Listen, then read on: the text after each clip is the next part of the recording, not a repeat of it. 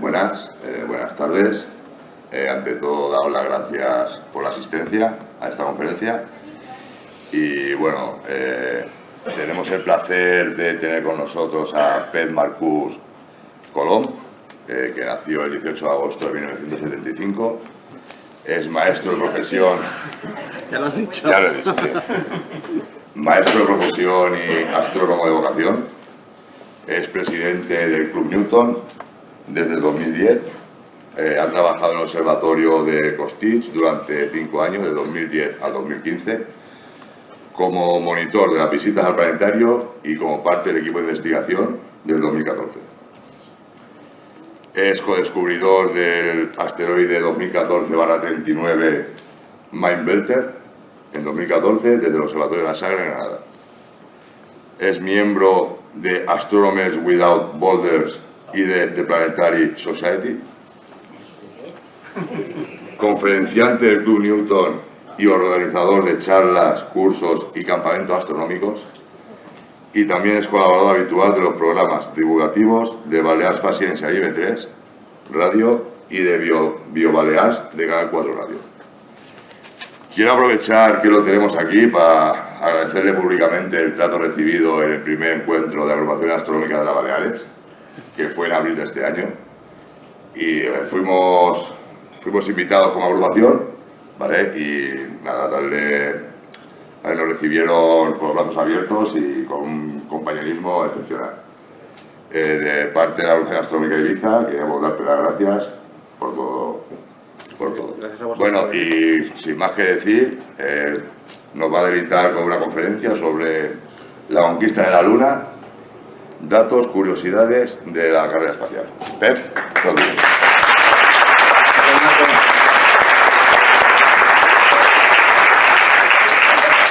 Ante todo decir que es un honor estar aquí, invitado por la Agrupación Astronómica de Ibiza, que es la más antigua de las Baleares, desde el año 56, y siempre con las nuevas tecnologías que tenemos ahora, con Internet, con Twitter, con Facebook, con Instagram, yo sigo lo que estáis haciendo aquí, y mucha gente os sigue.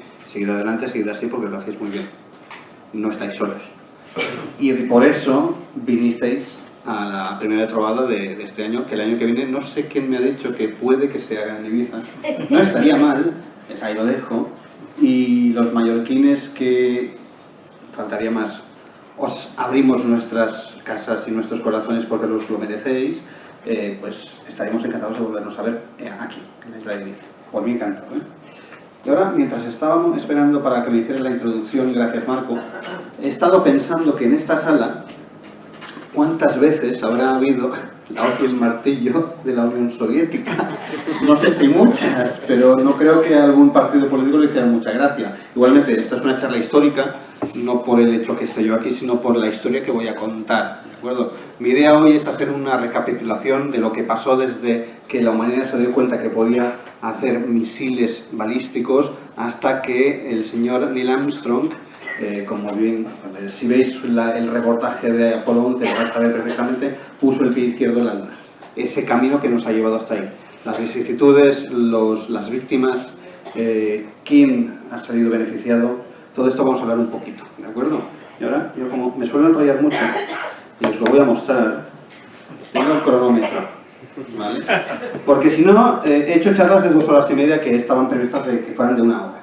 Entonces yo prefiero no enrollarme mucho. Aquí tenéis la portada de la charla, que es uno de mis ídolos, Tintín, con ese cohete que desarrolló el profesor Tornasol, que tiene una forma muy peculiar y es del año 54, es una copia del V2 que desarrolló Wernher von Braun en la Alemania nazi. ¿Dónde empieza todo esto? ¿Y qué pasó en la Guerra Fría para que llegásemos a la Luna un día como hoy hace 50 años? Pues aquí tenéis el cronograma de la conquista de la Luna. Resulta que la línea azul que veis aquí es los esfuerzos y las vicisitudes de los americanos, y en rojo la de los soviéticos, evidentemente, como no podía ser de otra manera. Fijaos que hay un salto espectacular. Esto debería poner una luz roja ahí. Aquí está el programa Apolo. Y los soviéticos no llegaron a desarrollarlo por cosas que veremos después. Hubo 2 momentos clave para la carrera espacial para que los Estados Unidos llegasen a la Luna, y no los soviéticos antes que ellos. Son estos dos. La muerte del ingeniero jefe, que ya veréis quién es, Korolev, Sergei Korolev, en el 66, justo ahí. Opa. Y un poquito después, 2 años después, el desastre del cohete que iba a llevar a los rusos a la Luna. Si eso no hubiera pasado hoy en día, seguramente tendríamos banderas soviéticas en la Luna y no banderas americanas, pero bueno, ya llegaremos ahí. Entre los 2 grandes ingenieros de la carrera espacial, aquí tenéis a Wernher von Braun, el señor que tiene cohetes a la espalda, y el que tiene las medallas es Sergei Korolev, cuyo nombre era secreto de Estado en la Unión Soviética. Entre ellos pusieron todas las banderitas que tenéis ahí en la Luna.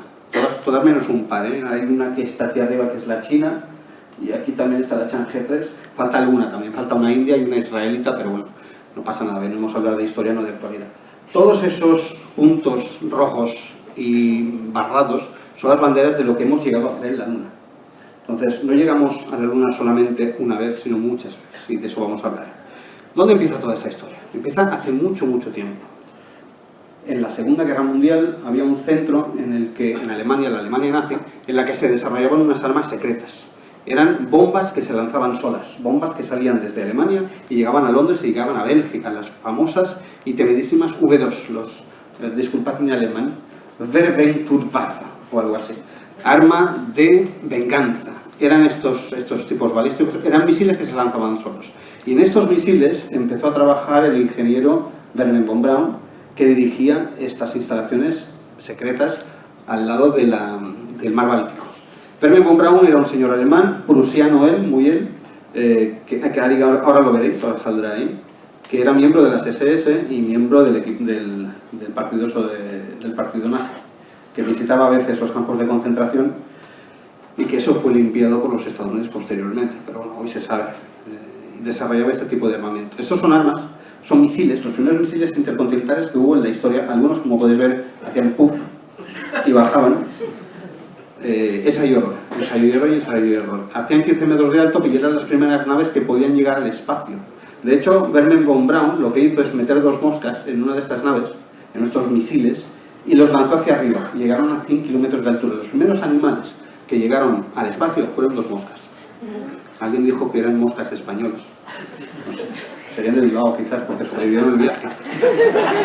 ¿Qué pasó en el año 45? Al ver que los soviéticos se acercaban mucho por el frente oriental, Wernher von Braun se acercó al frente occidental y se rindió al ejército de los Estados Unidos, sabiendo que era preferible irse con los americanos que irse con los rusos.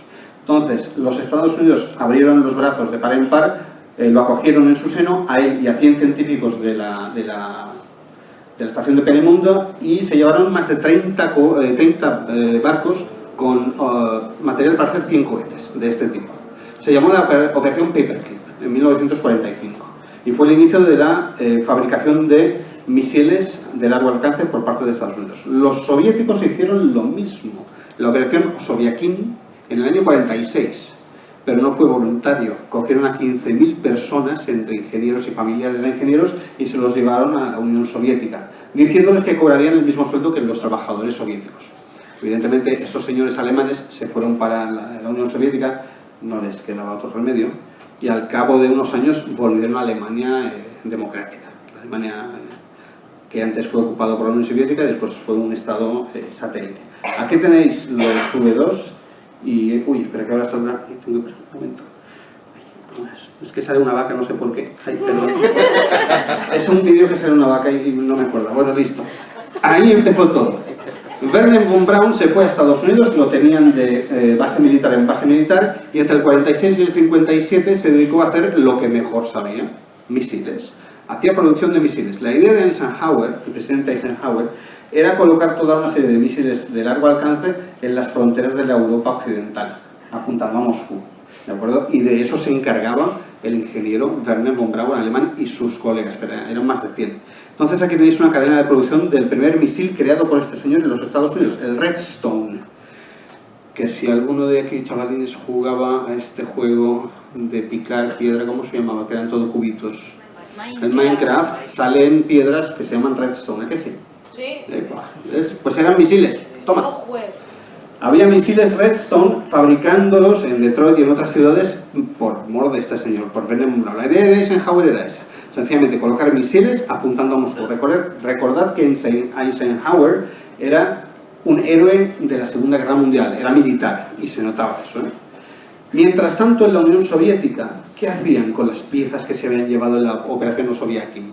Pues hacían esto, lanzaban perros al espacio. Año 51. Estos perros no los conoce mucha gente, ¿eh? Dez y Kitsigan.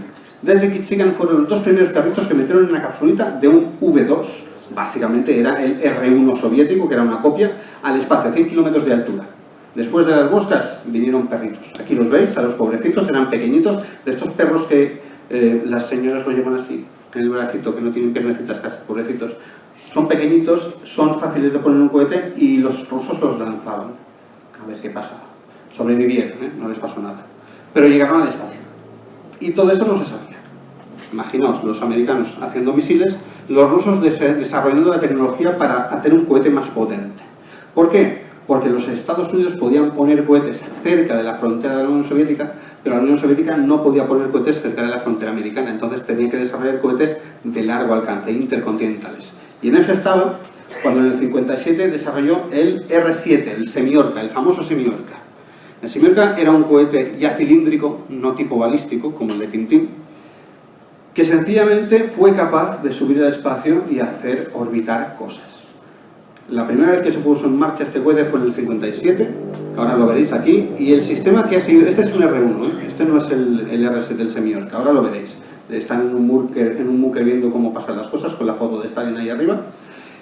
Y lo que hacían esta gente, aquí lo tenéis, esta es la plataforma de lanzamiento de los Semiorca. El sistema es exactamente igual hoy en día, ¿eh? En Rusia, y funciona, y hoy mismo, hace 1 hora y media, han lanzado un cohete para la Estación Internacional, ¿vale? Para la ISS. Montaban el cohete en horizontal, lo llevaban hasta la plataforma de lanzamiento, es algo que se repetirá en esta charla, y lo ponían recto, pum ahí. Estos 4 cohetes que tienen de faldones es la primera fase, y lo montaban aquí y lo transportaban hasta la plataforma de lanzamiento. En la plataforma de lanzamiento no había torre de servicio, lo aguantaban 4 grúas, y cuando se pone en marcha, las grúas soltaban el cohete y se iba para arriba, así como veis aquí. Ese es el Semiorca. Funcionó perfectamente en agosto del 57, y entonces Khrushchev le dijo al ingeniero jefe, a Korolev, a ver si podían enviar algo rápidamente para que pusieran algo en el espacio. Entonces se les ocurrió poner un retransmisor de radio, os suena la historia supongo, por el 4 de octubre lanzaron el Sputnik, y ahí empezó todo. Con el Sputnik, el 4 de octubre, los soviéticos dieron la tarjeta de presentación de un programa espacial a todo el mundo. Su programa era completamente secreto, pero esto salió en toda la prensa y dieron todas las especificaciones porque querían publicidad. Y la obtuvieron, vaya si lo obtuvieron. Claro, supongo que alguno de aquí podría haberme llegado a decir que yo vi el Sputnik, porque me lo han dicho muchas veces. Yo no lo vi, soy demasiado joven, pero hay gente que lo vio, que se acuerda de salir fuera, mirar hacia el cielo y ver un objeto pasando por el cielo. No era el Sputnik, era una de las fases del Semiorca, porque el Sputnik era muy pequeñito, era una pelota de baloncesto con 4 puntas que hacía un bip bip todo el tiempo, nada más que eso. Pero claro, eso despertó la curiosidad del mundo y el miedo de los Estados Unidos. Eisenhower, cuando se enteró de esto, cogió a todos sus científicos, a su comité científico, y les preguntó, señores, ¿qué sucede? ¿Qué pasa? ¿Qué significa esto? Y los científicos le dijeron, mire, señor presidente, esta bola pues retransmite una onda de radio, lo que se puede saber es la densidad de la atmósfera con ella. Entonces sabremos cómo es la densidad, si es muy alta la atmósfera, a ver qué tal. Ah, muy bien, perfecto. No me preocupo. Se fue al comité de militares y les dijo, señores, ¿qué pasa? ¿Qué es esto de Sputnik? ¿Me lo pueden explicar? Y dicen, pues mire, señor presidente, resulta que si los rusos envían 30 cohetes como el de ahora, el que han lanzado hoy, al espacio, en lugar de un retransmisor de radio, ponen una bomba nuclear en ella, tendremos permanentemente 8 bombas nucleares sobre el suelo americano, siempre. Y si las lanzan, en los 8 minutos que dura la bajada, no tenemos capacidad de reacción.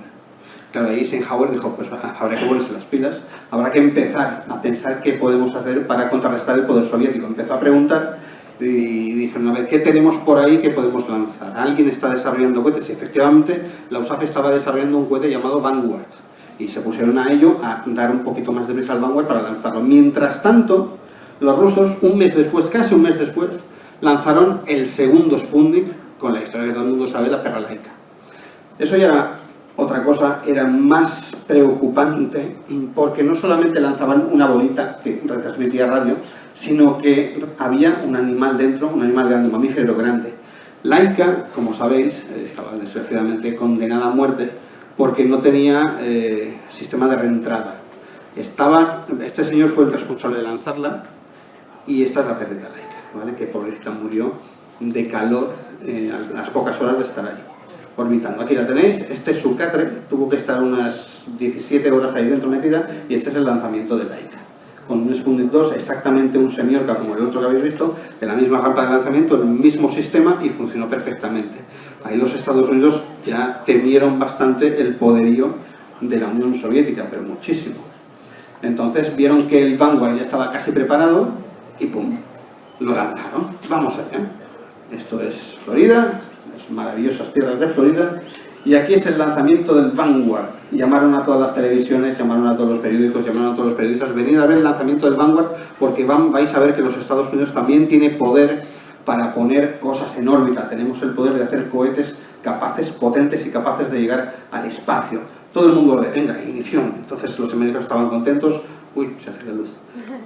Y resulta que el Vanguard tuvo un pequeño problema, que explotó en la plataforma de lanzamiento y todo el mundo lo vio. Y las portadas del día siguiente se titulaban todas Kaputnik, el desastre de la carrera espacial americana. Eso enervó a mucha gente y ahí Eisenhower tomó el toro por los cuernos. Hicieron otro cohete, el Explorer, y el Explorer lo lanzaron en el 58, el 1 de febrero. Y al mismo tiempo, en el año 58, se pensó en crear una administración propia para los asuntos del espacio, la NASA. La NASA nació en el 58. El Explorer fue el primer satélite americano. Sirvió para descubrir los cinturones de Van Allen, los cinturones de radiación que tiene la Tierra, y funcionó perfectamente. Esto es un cohete desarrollado, por cierto, por Wernher von Braun. Esto es un Mercury, el primero de los Mercurys. Entonces estaba modificado para ir, era un poquito más largo, más potencia, y a tener la tecnología punta del año 58. Esto es un contakilómetros de 600 y una máquina de escribir electrónica fantástica. Una tecnología punta absoluta para el 58. No os riáis que es así, ¿eh? Ahora veréis el lanzamiento, no es muy espectacular porque es de noche. Desconozco por qué se lanzó de noche, supongo que convenía más porque no se veían tanto las llamas si caía al suelo. Y ahí lo tenéis. Ese fue el lanzamiento, el primer lanzamiento successful, el primer lanzamiento con éxito de Estados Unidos. Año 58, imaginaos si ha llovido. Más de 50 años. Entonces funcionó perfectamente, el Explorer tuvo su función y empezó la carrera espacial. ¿Qué pasó después? Pues resulta que en octubre nace la NASA y la NASA ficha a Wernher von Braun diciendo: señor von Braun, tiene usted 2 misiones, muy difíciles todas, pero confiamos en usted. ¿Qué misiones tengo? Misión 1, llevar un americano al espacio. Perfecto. Misión 2, llevar un americano a la Luna antes que los rusos. Es muy difícil, pero tiene usted tiempo y dinero. Vaya haciendo. Y empezó a trabajar en los cohetes Saturn y en todo el programa. Creó 2 programas, el Apolo, que lo tenéis ahí, y el pequeñito de ahí, que es el Mercury. Este es el logo del Mercury, que es para fichar astronautas, hacer astronautas, fabricarlos de la nada y llevarlos al espacio. Y entre los dos, entre las Mercury y el Apolo, ideó posteriormente el programa Gemini, que sirvió para hacer maniobras en el espacio. ¿De acuerdo? Empezó ahí la historia de la NASA. ¿Qué hacían los rusos mientras tanto? Pues lanzaban sondas a la Luna. En el 59, en enero, lanzaron la primera sonda que llegó a la Luna. 59. Imaginaos la distancia que había entre los Estados Unidos y Rusia. No tenían prácticamente los Estados Unidos un cohete para llegar a la atmósfera superior y los rusos lanzaban sondas hacia la Luna. Esta Lunik 1 o Luna 1, fijaos que es el mismo sistema de siempre, los soviéticos aún hoy se utiliza, esquivó la Luna, pasó a unos 100.000 kilómetros de la Luna, pero llegó a órbita lunar sin ningún problema. Es que era algo espectacular. Ahora lo veréis que sube, es una especie de Sputnik, una bolita un poquito más grande, que llegó a órbita lunar y pasó a 100.000 kilómetros. La primera vez que una sonda lunar, ahí la tenéis, una sonda llegó a la Luna, de los rusos, 59, toma ya. Y los americanos haciendo vanguardias. Seguía la historia y en el septiembre de 59 lanzaron la segunda, y esta sí llegó a la Luna. Y es curioso porque lanzaron una pelota hecha de placas de metal como esta, que ponían CCCP, Unión de Repúblicas Socialistas Soviéticas, que se abría en el momento que había contacto. Entonces lo lanzaron hacia el espacio, lo lanzaron, llegó a la Luna, impactó, el primer impactador en la Luna fue este, ¿veis? Y ahí se abrió esta pelotilla, dejando placas que ponían Unión de Repúblicas Socialistas Soviéticas en la Luna. Curiosamente, una réplica de esta esfera fue regalada por Nikita Khrushchev a Eisenhower. La única visita de un premier soviético a los Estados Unidos fue en el 59 y le regaló la pelota esta. Dice, toma, para ti, hemos llegado a la Luna, esta te la quedas. Está en Arkansas, si queréis verlo, ¿eh? Ahí está. Por cierto, en el 59 también vino a España Eisenhower, en Navidad, y firmó un tratado muy famoso y muy importante para España, el tratado de colaboración con la NASA. Y gracias a eso llegaremos a algo que vendrá después. Muy bien, ¿qué hacían? ¿Qué seguían haciendo? La Lunik 3, año 59, aún el año 59, no habíamos llegado ni a los 60. Y estos señores, los soviéticos, lanzaron otra nave a la Luna, ahora ya sabían llegar, no quedaban fuera, no es que iban por 100.000 kilómetros de la Luna, no chocaban, sencillamente orbitaban la Luna. La Lunik 3 fue impresionante. ¿Por qué? Pues porque fue la primera sonda que mapeó la Luna, la cara oculta de la Luna. Abrían sus sensores, pasaba la Luna por ahí. Evidentemente la calidad de las imágenes dejaba mucho que desear, estamos hablando del 59, pero la tecnología punta. Entonces, evidentemente en Luna Nueva, la sonda se acercaba, la fotografiaba, no conocíamos la cara oculta de la Luna hasta ese momento. Y volvió hacia la Unión Soviética, bueno, hacia la Tierra, y dejó los datos a Moscú. Y en Moscú, esto fue portada del Pravda, una cosa increíble, por radio recuperaron los datos, y en estas tecnologías extraordinarias de los años 50 finales soviéticas, que estás seguros que si ahora nos ponemos a utilizar una impresora de estas de agujas, seguro que funciona. Y aquí las tenéis, las primeras imágenes de la cara oculta de la Luna, Lunik 3, 1959. Los soviéticos fueron buenos y no empezaron a nombrar los accidentes geográficos que encontraban con nombres muy comunistas. Bueno, mar de Oriente, mar orientales, mar moscovita, el mar de Moscú. Podrían haber puesto el cráter Lenin y cosas de esas y no lo hicieron, se portaron bastante. Mientras tanto, ¿qué pasaba? En el 60 lanzan más perros, Belka y Stelka. Si vais a Rusia algún día, Laika es conocida, pero estos dos perritos son más conocidos aún, Belka y Stelka. Son los perros que hicieron la misión de Laika completa. Y ya veréis que les hacían incluso, mira, capsulitas para que respiraran. Es una mezcla de perros, para que, por cierto, lanzaron 25 perros los soviéticos. Y Belka y Stelka los lanzaron en agosto del 60, hicieron 50 órbitas a la Tierra y volvieron y aterrizaron tranquilamente sin ningún percance. Sobrevivieron, algunos perros no sobrevivieron, fijaos que tenían hasta las máquinas para hacer gravedades para los perros, ¿eh? Se probaba todo para que en un futuro muy cercano hubiera cosmonautas soviéticos en el espacio, evidentemente. Y tener perritos de un tamaño más grande ayudaba. Aquí los tenéis, a estos perros. Fijaos ahora en las imágenes, vais a ver cómo el paracaídas cae y se queda perfectamente plegado ahí en el suelo. ¿Veis? El coche llega justo en el momento que cae, es una casualidad increíble. Bueno, estas cosas en la Unión Soviética pasaban. Lo que es, esto evidentemente se grabó, los perritos sobrevivieron, eso sí, hicieron portadas de periódicos y los americanos se comían las uñas, evidentemente. Porque no podían creer que un país que pocos años antes había sido destruido completamente por la Segunda Guerra Mundial tuviera un programa tan avanzado de descubrimientos en el espacio. Claro, tenían a Korolev, que era no un crack, era lo siguiente. Korolev se supo más tarde que era el equivalente a 4 grandes centros de la NASA, imaginaos.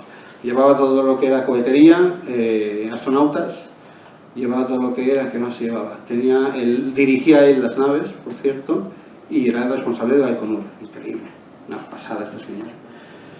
Tuvo unos ciertos problemas, pero bueno, ya hablaremos de ellos. ¿Qué más se dice? Bueno, aquí justo los americanos ya tenían cohetes bastante mejor desarrollados y en el año 61 lanzaron a un mono, el mono Ham. En enero del 31, que por cierto el mono Ham es el responsable de todas las películas del planeta de los simios, todas absolutamente, porque la imagen del mono Ham yendo al espacio, esta se hizo viral, lanzaban monos. Era el inicio de las cápsulas Mercury, del programa Mercury, y el mono Ham se lanzó porque poco tiempo después iban a lanzar un humano, un americano hacia el espacio. Ese humano iba a ser Alan Shepard, y Alan Shepard sería el primer hombre en hacer un vuelo suborbital. Fantástico. Los americanos al fin iban a ganar a los soviéticos en la carrera espacial. Pues no. En el 61, un mes antes de que Alan Shepard fuera al espacio a hacer un vuelo suborbital, los rusos, los soviéticos, vuelven a sorprender a todo el mundo con el lanzamiento de Yuri Gagarin el 12 de abril. Yuri Gagarin era un astronauta que, bueno, le hicieron poner encima de una bomba de relojería con los cohetes rusos que funcionaban muy bien pero no dejaban de ser bombas, y fue el primer hombre en el espacio en sí, después del Monohame de los perros, que lo tenéis. Pero era cuestión de tiempo que los soviéticos hicieran eso. Fijaos que el dibujo es exactamente igual, el dibujo me refiero a la forma del cohete, es exactamente igual en todos los casos. Los soviéticos, si funciona algo, no lo tocaban, que siga así. Lo hacían un poco más grande, pero poco más. Y la historia de Yuri Gagarin se sabe, ya sabéis. Sabéis que cuando aterrizó... por cierto, los cosmonautas rusos no manejaban los mandos de las naves. No sé si sabíais eso, eran pasajeros únicamente. Estaban ahí sentados, ahí pequeñitos, todo era automático. Tenían control sobre según qué cosas, lanzamiento de paracaídas, algunos motorcillos para orientación, pero lo básico y lo importante lo dirigían desde Baikonur, desde tierra. Entonces, en el momento en que hacía reentrada, la cápsula le falló un poquito, iba oscilando un poco, lo hicieron mayor del ejército soviético por si acaso moría en el intento, pero pudo desplegar bien los paracaídas y llegó a unos 400 kilómetros lejos de donde tenía que aterrizar Gagarin, y lo primero que vio fue una señora, una abuela, que nunca había visto, lo más tecnológico que había visto había sido una azada, y se iba a verlo ahí. ¿Viene usted del espacio? Y el tío le dijo, Gagarin le dijo, sí señora, vengo del espacio pero tranquila, soy soviético. Y ahí se tranquilizó. Y esto es real, son historias que contó la nieta de esta abuela, en medio de la Siberia, imaginaos. Bueno, ahí los americanos tenían a Alan Shepard preparado para hacer su vuelo suborbital. Suborbital significa subir y bajar, nada más, Es un vuelo balístico. En cambio, Gagarin hizo un vuelo orbital, que es subir, dar vueltas a la Tierra y volver. Eso es un paso más de lo que tenían preparado los americanos. Claro, fue un bofetón en toda la cara, pero con todo. Claro, el pobre Alan Shepard le faltaba un mes para volar. Y bueno, lo lanzaron igual. Y aquí tenéis al pobre Alan Shepard en mayo, que estaba en su cápsula Mercury. Y tiene una historia del pobre... Este señor era un pelín chulo. Y dicen por ahí las malas lenguas, que esto es verdad, se sabe que es verdad. En el momento de ponerlo en la cápsula, que por cierto las Mercury tenían 1 metro cúbico de espacio vital, imaginaos, eran pequeñísimas, muy muy pequeñas.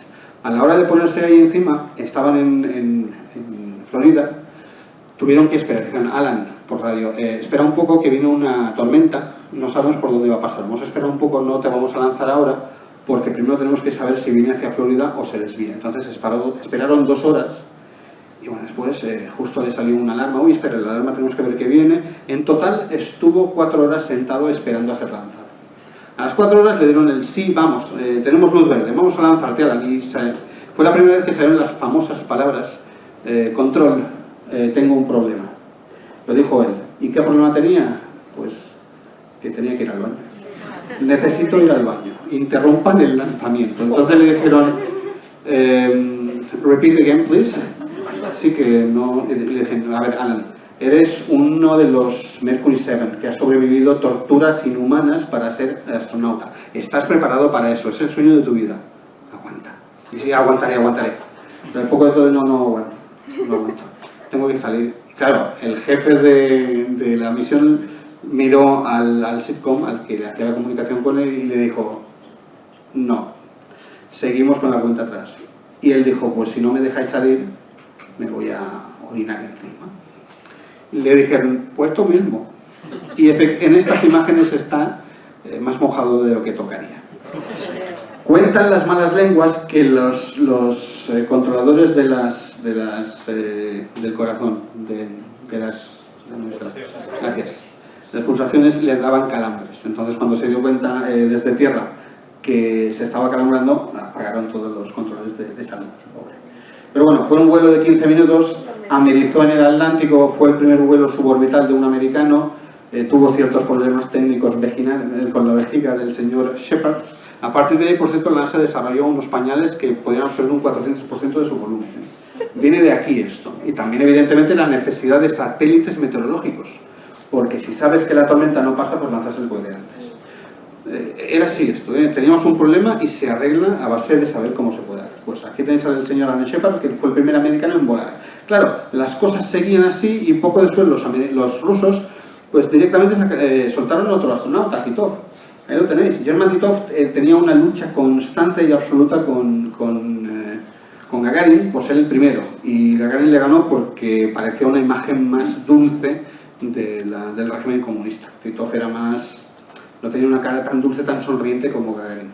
Y el 6 de agosto aquí veis que lanzaron a este señor, hizo más de 70 vueltas, más de 70 órbitas, y fue el astronauta aún hoy más joven en ser lanzado al espacio, 25 años. Y bueno, imaginaos los americanos que solamente podían hacer lanzamientos suborbitales, y los rusos habían llegado 2 veces ya a órbita, y eran héroes nacionales absolutos. Imaginaos, miradlo, ahí lo tenéis. Ahora tenemos imágenes de los 2 primeros hombres en el espacio, Titov y Gagarin. Esto es antes del lanzamiento de Gagarin. Salen unas imágenes antes de que volaran, espectaculares. Claro, los americanos a todo esto tenían a John Glenn, que en el 62 ya voló en vuelo orbital con una de la Gemini 7 y hizo 3 vueltas, 3 órbitas. Entonces ya estaban igualados. ¿Qué pasa? Que los Estados Unidos seguían yendo un paso más allá. Rusia iba yendo un paso más allá que los americanos. Pero los americanos estaban a punto de superarlos, estaban ahí muy igualados. John Glenn, por cierto, voló con 78 años a la Estación Espacial Internacional en el primer vuelo con Pedro Duque. Coincidieron los dos, fue un vuelo histórico. Ahí lo tenéis a John Glenn. Aquí no se hizo pipí, por cierto. Llevaba ya todo lo que tenían. Aún no tenían los pañales, pero sí que tenían una serie de bolsas que no entraré en detalles. Tampoco es eso. Aquí lo tenéis. Bien, los rusos, mientras tanto, lanzaron a 2 astronautas de golpe, a Nikolai y a Popovich, con 2 Soyuz para el espacio, y fue la primera vez que hubo retransmisiones entre naves en el espacio, en 1962, aquí las tenéis.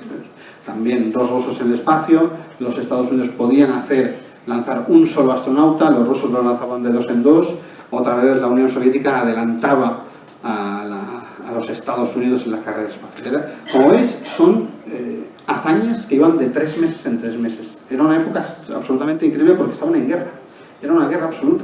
¿Quién avanzaba a quién, básicamente? Y los Estados Unidos en esa época iban siempre por detrás. Quiero dejar un poco el vídeo porque saben después la reacción de los periódicos de Estados Unidos al hecho que se supo que los Reds, los soviéticos, habían lanzado a Nikolai y a Popovich, a los 2. Vais a ver, este señor está sudando mucho ahí, controlando todo, ¡pum! Venga, el Daily News, el Herald Tribune, todos eran portadas de los mejores periódicos de Estados Unidos. Había mucha prisa de los americanos a superarlos, porque se veían una y otra vez superados en cada una de las naves, en cada una de las misiones, en cada una de las cosas. Los soviéticos iban por delante, y eso no podía ser. Entonces, ¿qué sucedió en el 63? Lo sabemos todos. Valentina Tereshkova, primera mujer en el espacio. Por desgracia, los americanos, bueno, eran otros tiempos. Los 7 del Mercury, los 7 astronautas primeros seleccionados, fueron un grupo de superhombres prácticamente. Eran todos militares y todos muy preparados. Pero las mismas pruebas las pasaron a 13 mujeres e incluso tuvieron mejores resultados. Entonces se decidió, el señor Lovelace, que era el médico que controlaba tanto la salud como las pruebas que se hacían a los astronautas, llegó a la conclusión que las mujeres eran mejores candidatas a ser astronautas que los hombres. Primero porque eran normalmente más pequeñitas, consumían menos oxígeno y porque tenían mejores resultados en las pruebas. ¿Pero qué pasó? Pasó que en la NASA, entre bambalinas, se decía que los astronautas del grupo de los 7 no querían mujeres a bordo. Y la NASA tenía un problema ahí, porque tenían 13 mujeres, las 13 del Mercury, que tenían las pruebas físicas superadas, que se fueron a la NASA dejando trabajo y dejando todo, diciendo: nosotros venimos con el permiso del Dr. Lovelace, que nos ha dicho que podemos ser astronautas. Pero la NASA le dijo: no, lo siento, no pueden ser ustedes astronautas. Crisis, desastre, cartas al vicepresidente Johnson, cartas a Kennedy. Entonces la NASA hizo lo que hace cualquier gobierno si quiere alargar una situación, que puede hacer una comisión de investigación. La comisión de investigación fue haciéndose, entonces un año o 2 más tarde se llegó a la conclusión que la NASA no contrataba mujeres porque el requisito para ser astronauta era que tenías que ser piloto de pruebas. Y las academias de pilotos de pruebas en Estados Unidos no aceptaban hombres. Básicamente se pasó la pelota de la NASA a las escuelas de pilotos de pruebas. Esto hoy más o menos ha cambiado. Pero los rusos pues directamente cogieron una Valentina Tereskova y la lanzaron al espacio. Recordad que los soviéticos no conducían las naves, eran pasajeros. En el 63 Valentina Tereskova fue la primera mujer en el espacio, pero también estamos en las mismas. En la Unión Soviética la siguiente mujer que fue al espacio subió en el 84. Entonces Tereskova hizo un vuelo nada más y me parece que eran de 16 horas más o menos. Lo pasó fatal porque le daban vómitos, pasaba muy mal en la cápsula, no dijo absolutamente nada. Tereskova, como las mujeres son más duras, y cuando volvió tuvo problemas, casi muere porque el sistema de eyección no funcionó del todo bien, pero al final sobrevivió y se convirtió en una heroína mundial. Tereskova, aún está viva esta señora, es política en Rusia, iba a decir la Unión Soviética por Dios. Bien, seguían haciendo cosas. En el 64 lanzaron el Voskhod 1, que era la primera vez que había más de 2 astronautas en una cápsula, había 3 astronautas en la Voskhod 1. Ya estaban preparando el camino para poner más de 2 astronautas, en este caso cosmonautas, en órbita para una posible llegada más allá. La Luna estaba ahí, en el punto de mira de los Estados Unidos. Aquí en el 64 Kennedy ya había muerto, pero ya había hecho el famoso, y había hecho evidentemente el famoso discurso de que queremos llegar a la Luna con un americano y volver antes de que termine la década de los 70. Los rusos no se lo terminaron de creer a esto, y entonces relegaron la aventura a la Luna por otros proyectos. Y aunque querían hacer el cohete, ahí empezó a trabajar Korolev en el cohete que iba a ir a la Luna con los soviéticos, pero no lo hacía específicamente y únicamente para ir a la Luna, sino que también querían que el mismo cohete sirviera para poner estaciones orbitales en órbita baja. Entonces el cohete de los rusos no iba a ser exclusivamente para un trabajo, el de los americanos sí. Esa es una de las grandes diferencias entre los programas rusos y americanos. Los americanos pensaron, un cohete tenían una meta nada más, que era ir a la Luna. El cohete iba a ser para ir a la Luna, para nada más, no servía para nada más. Los soviéticos queremos hacer un cohete grande para ir a la Luna, para poner una base orbital y para otras cosas, para ir a Marte quizás. Entonces, esa falta de objetivos lastró mucho a la Unión Soviética. Así todo, en marzo, este señor, Alexei Leonov, que aún sigue vivo por cierto, ganó por unos 15 días a Ed White, un astronauta de la NASA, en el primer astronauta que realizaba una EVA. Una EVA es una extravehicular activity, una actividad extravehicular. El señor Leonov arriesgó la vida en su cápsula porque salió, ya veis, con el tubo de oxígeno fuera y hizo las primeras piruetas. Eso no lo había hecho nadie aún. Ed White tenía que hacerla un americano y lo hizo un poquito más tarde que él. Otra vez los rusos se adelantaron a los americanos. Y por cierto, esto que pone CCP aquí no vale para nada, era publicidad toda, absolutamente toda, porque el casco lo tiraban cuando llegaban a tierra. Pues aquí tenéis a Leonov, que tuvo un gran problema a la hora de reentrar en la cápsula de su Soyuz. Era muy pequeñita y no cabía. El traje se le había inflado y no podía entrar. Claro, eso es una situación muy crítica. Lo que tuvo que hacer al punto de extenuación es descomprimir el traje, abriéndose un botón para que se desinflara y pudiese entrar. Casi muere en el intento. No solamente eso, sino que en la reentrada de la nave les fallaron los motores. En lugar de aterrizar donde tenían que aterrizar, aterrizaron a 500 kilómetros de distancia en medio de la Siberia más profunda y salvaje, en el momento en que estaban los lobos y los osos en celo. Y ahí se supo que los rusos llevaban armas a bordo, porque sacaron una pistola para matar lobos. Y mataron lobos, lo pasaron fatal, estuvieron 2 días, no, un día estuvieron, antes que los encontraran y los rescataran, porque claro, si vas a caer lo voy a inventar, si vas a caer en Santa Eulalia y caes en Ciutadella, pues tienes que llevar todas las cosas para Ciutadella. Y en ese camino se perdieron unas cuantas horas que podían haber sido críticas para esos astronautas. Se supo luego, esto no se sabía, lo que salió a la prensa fue la EVA, la primera actividad extravehicular de un soviético, por delante de un americano, otra vez. Realmente estaban muy igualados ya.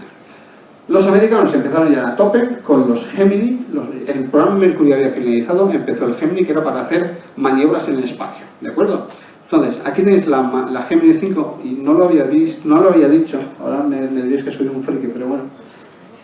Aquí tengo una TARDIS.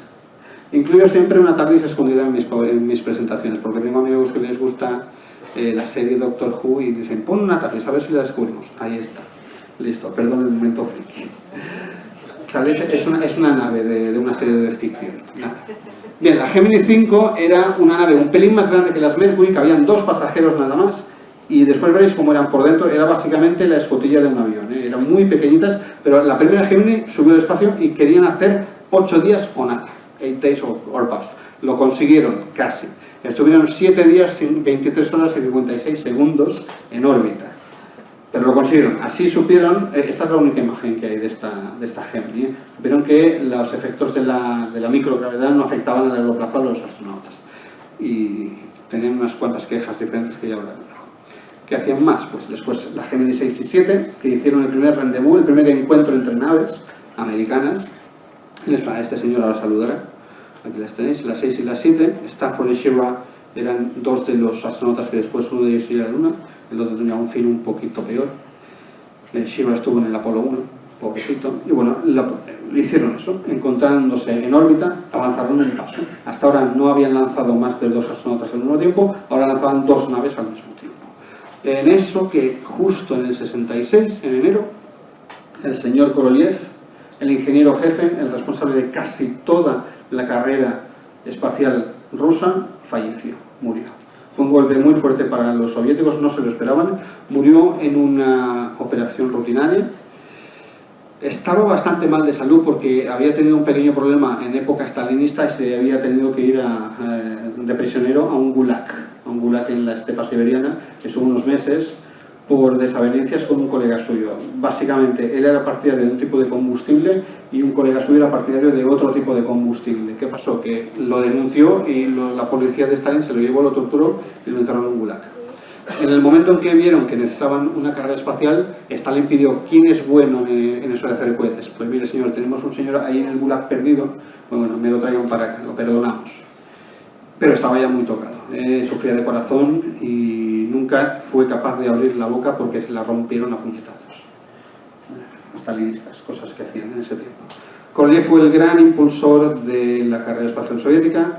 Quedó dicho que la Unión Soviética se ha convertido en la orilla del universo, lo dijo él. Pero aquí seguramente terminó la carrera espacial soviética porque ya no hubo un genio como él que avanzaran los proyectos que tenían a medio plazo. Por ejemplo, el cohete para ir a la Luna, que ya lo veréis, se quedó ahí. No pudieron superar los problemas que seguramente Korolev hubiera superado. A todo esto seguía el programa espacial soviético y en el 66 otra de las Lunik hizo el primer soft landing. El primer soft landing significa que aterriza suavemente en la Luna. ¿Veis? Korolev ya no estaba ahí, pero esta sonda ya estaba preparada prácticamente. Entonces llegaba a la Luna, se giraba más o menos como hacían las Apolo y aterrizaba suavemente. Aquí sale un señor mirando por un telescopio, no ve absolutamente nada, pobrecito, porque vale, va a ver la Luna, pero no va a ver la sonda, pero queda bien en los reportajes de este tiempo ver un señor con un gorro soviético mirando la Luna. Ahí lo tenéis. Y esta es la sonda. Y ahí tuvimos las primeras imágenes de la Luna desde el suelo de la Luna, desde in situ. No las veréis, son evidentemente de una calidad pésima, ahí están. Pero son las primeras imágenes que tenemos de la superficie de la Luna desde ahí.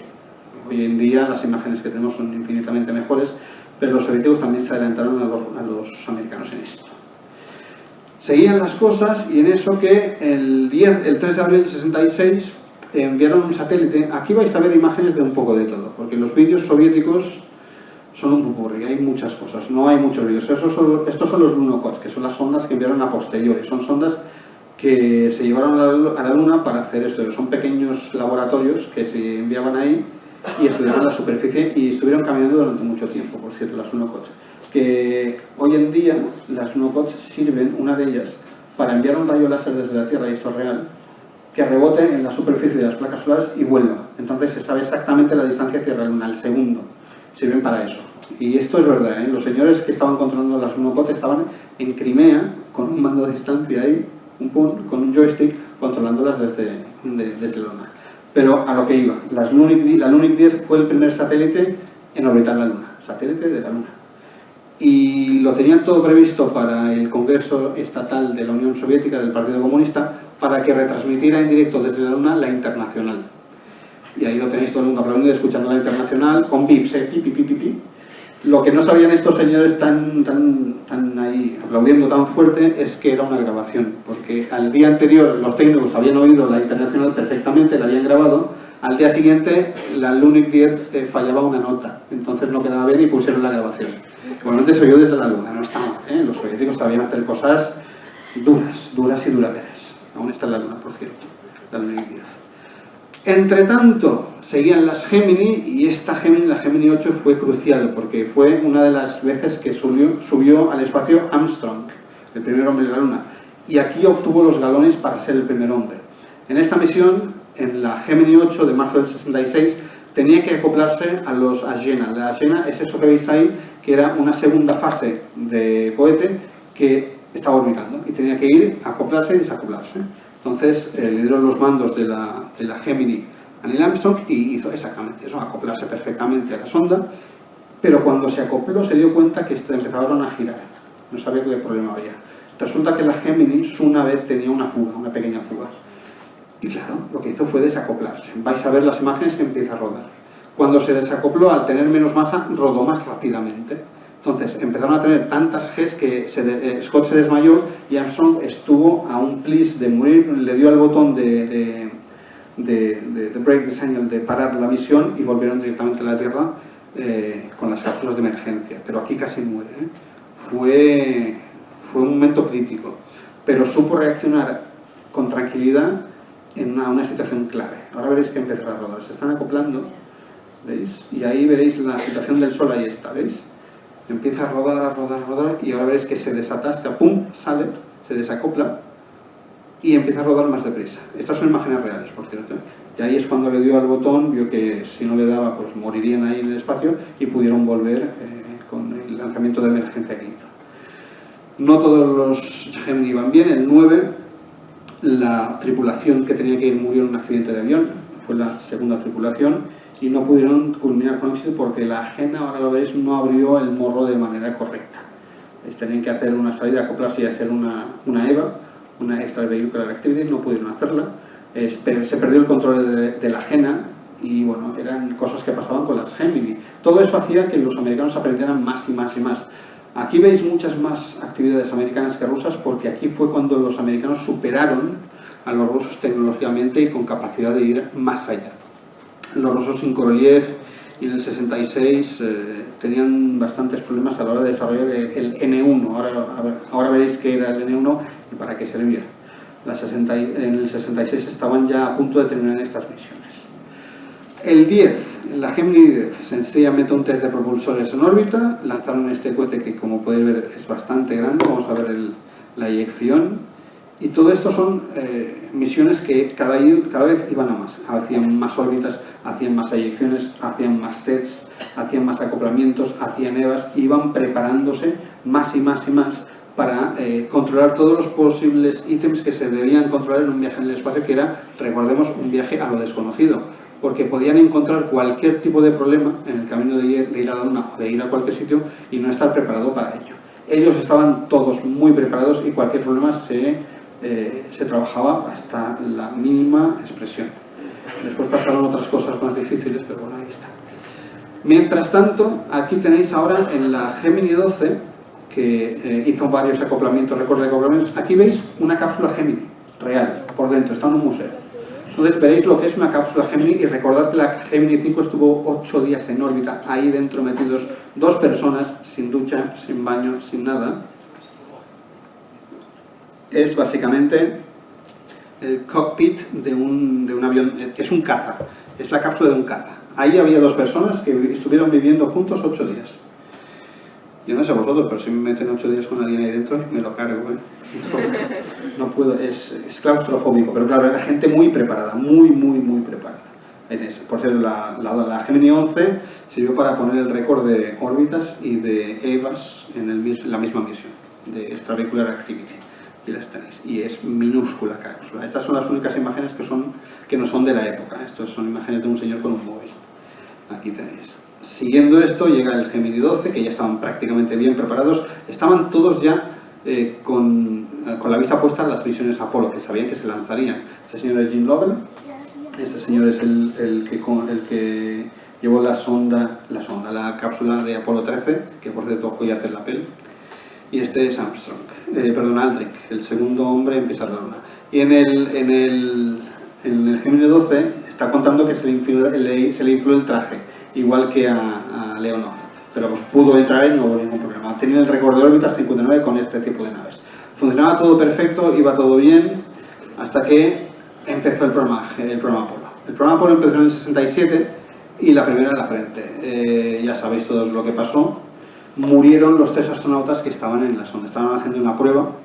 La cápsula de la misión Apolo era de oxígeno puro y saltó una chispa. Y esa chispa incendió la cápsula por dentro. No tenían manera de salir. La puerta estaba atrancada y necesitabas 10 minutos para abrirla. Y fueron las 3 primeras víctimas de la carrera espacial. Fue un golpe muy duro para la NASA, pero de eso se aprendió y mucho. Ya pusieron por delante la seguridad en todos los aspectos, mejoraron las cápsulas de escape. No se ve cómo se mueren aquí, chicos. Solamente he puesto esto. De todas maneras, en YouTube está el audio y es durillo, es muy duro. En el momento en que uno de los 3, creo que era Grissom, White y Shearer. Grissom dice, hay un fuego, ahí empiezan a oír gritos y es terrible, terrible.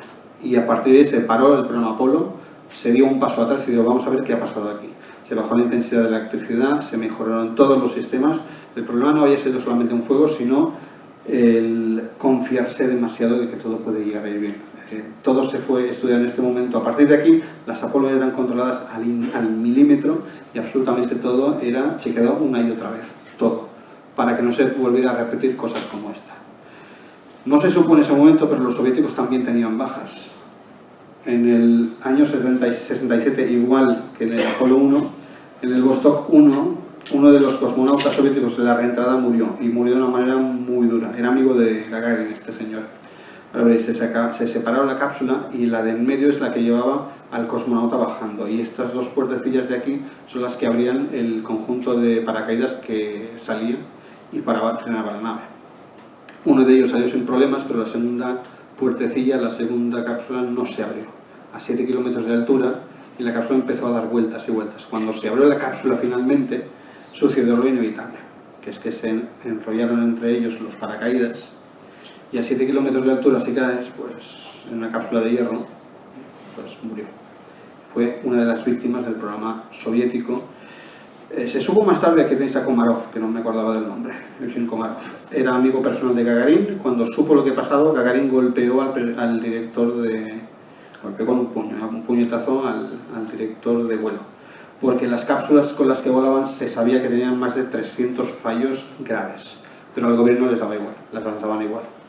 Entonces ahí hubo una crisis importante porque no ponían por delante la seguridad de los cosmonautas, sino el hecho que tenían que ir más adelante, y no tenían la figura de Korolev atrás para que pudiera purgar los errores como lo hacían antes. Ahí la carrera espacial soviética empezó a descender. A todo eso seguían haciendo cosas y en el 68 lanzaron la Zond 5, que era la nave que tenía que llevar cosmonautas a la Luna. La Zond 5, antes de llevar cosmonautas, que no lo hicieron nunca, por desgracia, llevó tortugas. ¿Alguien sabía que se habían ido tortugas a la Luna? Pues 2 tortuguitas, como las que están en el bosque de por aquí, las metieron en una Zond 5 con otros bichos, hay unas cuantas plantas, y se las llevaron a la Luna a dar una vuelta y a volver. Un 8, ¿de acuerdo? Un vuelo orbital lunar, de transacción lunar, que se llama. Y imaginaos, 2 tortugas. Las eligieron porque tienen su corazón late más lento, con más despacio, entonces pueden vivir más en principio, que no hay, pues, si no hay algún problema. No es por el caparazón cuando se caen, ¿no? Eso, ¿no? Las recuperaron en el Índico, como la mayoría de misiones espaciales soviéticas que caen en el mar. Y estas son las cápsulas que tenían que llevar cosmonautas a la Luna, y tortugas. Y cuando las estudiaron, pues vieron que solamente habían perdido un 10%. Esta imagen parece española, 2 trabajando, 8 mirando. Vieron que habían perdido solamente un 10% de materia, de cuerpo físico, y que no tenían ningún problema. Tenían hambre y comían las lechuguitas sin ningún problema. Entonces estaban preparados para ir a la Luna. Era cambiar la cápsula, hacerla un poco más grande, poner un cohete más potente y vamos para allá. Claro, a todo esto salió una imagen en los Estados Unidos, esto en la CIA y en altas esferas. Esta imagen de la derecha, es que la tengo a la izquierda yo aquí, no, la tengo a la derecha, que estoy diciendo. Esta es una imagen real de satélite que salió en el año 69 en las altas esferas del gobierno americano. Esta es una imagen del N1, del cohete N1, preparado para ser lanzado desde la plataforma de Baikonur. El N-1, aquí tenéis una comparativa entre el Saturn V, el Saturno V y el N-1 soviético. Son dos cohetes de 112, 114 metros que pueden llevar astronautas a la Luna y cosmonautas. Aquí los americanos se pusieron muy nerviosos porque pensaron, ya está, esto nos van a superar otra vez, no puede ser, tienen un cohete preparado para ser lanzado. Entonces empezaron a espabilar, a darse mucha prisa y a cambiar algunas misiones. Fijaos, ya entramos en las Apolo, En el 69 ya lanzaron el Apolo 7, que sirvió para probar, es la única misión de Apolo lanzada con un cohete que no es un Saturn V, es un Saturn 1B, que es más pequeñito. Esta misión sirvió para probar la cápsula de comando y la cápsula de servicios en órbita, a ver si todo funcionaba bien. 3 astronautas iban ahí dentro, ahí los tenéis, a Aisley, a Shira y a Cunningham, y fue una de las más importantes porque vieron que todo el sistema funcionaba bien, tanto el Saturn como las cápsulas lunares. Todo perfecto, todo igual. ¿Qué pasa? Que la Apolo 8, esta es la 7, la 8 debía ser lo mismo, pero con el módulo lunar para probar cosas a baja órbita terrestre. Pero ¿qué pasa? En estas alturas el módulo lunar aún no estaba preparado. Entonces, viendo las imágenes del N1, cambiaron el orden y el 8 ya se fue a la Luna directamente. Entonces, en diciembre del 68, el 21 de diciembre, el Apolo 8 salió hacia la Luna con un Saturn V, un Saturno 5 y con todos los componentes que llevaban las otras Saturno, menos el módulo lunar que aún no estaba preparado. Entonces, la función de esta misión fue llegar a la Luna y hacer un 8, como las tortugas, exactamente igual. Llegar, dar la vuelta y volver. Así ya tenías excusa los americanos diciendo nosotros ya hemos llegado a la Luna, por si acaso los soviéticos lanzan el N-1 gigantesco para llegar ellos a la Luna. Este es un vuelo histórico, por cierto, los datos de esta misión llegaron a Madrid antes que a Houston, fueron dirigidos desde los centros de comunicaciones de espacio profundo de Madrid hacia la NASA. Ahí tenéis a Borman, y es famosa por una imagen. Todo el mundo ha visto, porque es famosa, la salida de la Tierra por el horizonte lunar. Eso se captó en esta misión, en el Apolo 8.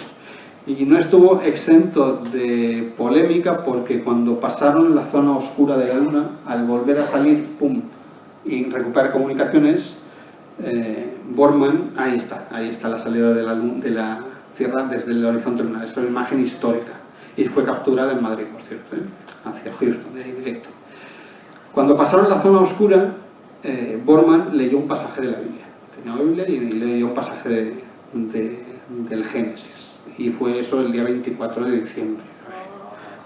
Puntual, lo hicieron a posta, De hecho, hay una conversación entre los astronautas y Houston, y esto sale en muchas historias de estas de cuarto milenio y estas cositas que decían los astronautas que estaban viendo un objeto extraño por las ventanillas, que tenía una dirección norte-sur. Es un objeto extraño, no sabemos lo que es, y según qué programa se termina ahí la transcripción, pero sigue diciendo lleva una nariz roja delante y está cargado de regalos, es Papá Noel. Hacían la broma, y esto jajaja, qué bueno, pero según quien no pone todo el audio, es solamente un trozo. En fin, el Apolo 8, que fue la primera misión lunar en que dio la vuelta, ya habían llegado, veían que todos los sistemas funcionaban perfectamente, no había problemas. Bien, sigamos, Apolo 9. Pero antes, el primer lanzamiento del cohete que habíamos visto antes, el Nositel 1, el cohete más potente hecho por el hombre. El N1, 114 metros, 32 toberas, que era una auténtica pesadilla para los ingenieros.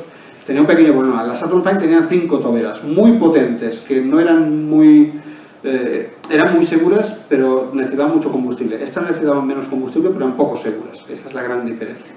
Entonces, el primer lanzamiento funcionó bastante bien. Veis que es el mismo sistema que con los primeros cohetes, que lo transportan tumbado y lo ponen tieso, lo ponen de pie en la plataforma de lanzamiento.